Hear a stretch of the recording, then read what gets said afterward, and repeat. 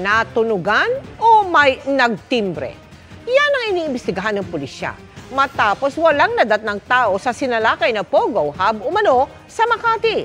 Iba't ibang gamit naman sa pang-i-scam ang natagpuan.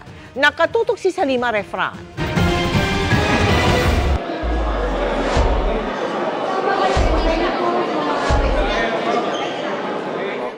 21 palapag ng isang gusali sa Ayala Avenue sa Makati ang pinasok ng mga otoridad. Malamig pati, malamig yung aircon. May impormasyong tuloy ang operasyon ng internet gaming licensee roon kahit sarado na dapat. Pero wala na silang dinatnang mga dayuhan. Mainit pa nga. Siguro natunugan nila. Well, tinitignan namin dito kasi sa mga 600 pataas yung makukuha natin. Foreigners. Ang kwento ng mga tao sa baba is mga 4 o'clock. 4 o'clock o to 5 o'clock nagtatakbuhan daw pababa itong mga to. Iimbestigahan rin ng PNP-CIDG ang posibleng leak sa operasyon. May nakita tayong memo na from somebody na may inspection yan. Kasi kung legal sila, hihintayin nila tayo. Definitely Pogo ito. Pogo ito, kung hindi man ito scam hub.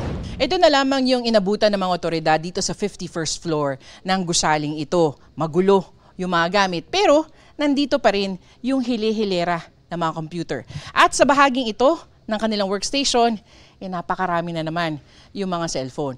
Tila mabilis yung galaw ng mga empleyadong umalis dito dahil malamig pa yung naiwan nilang inumin.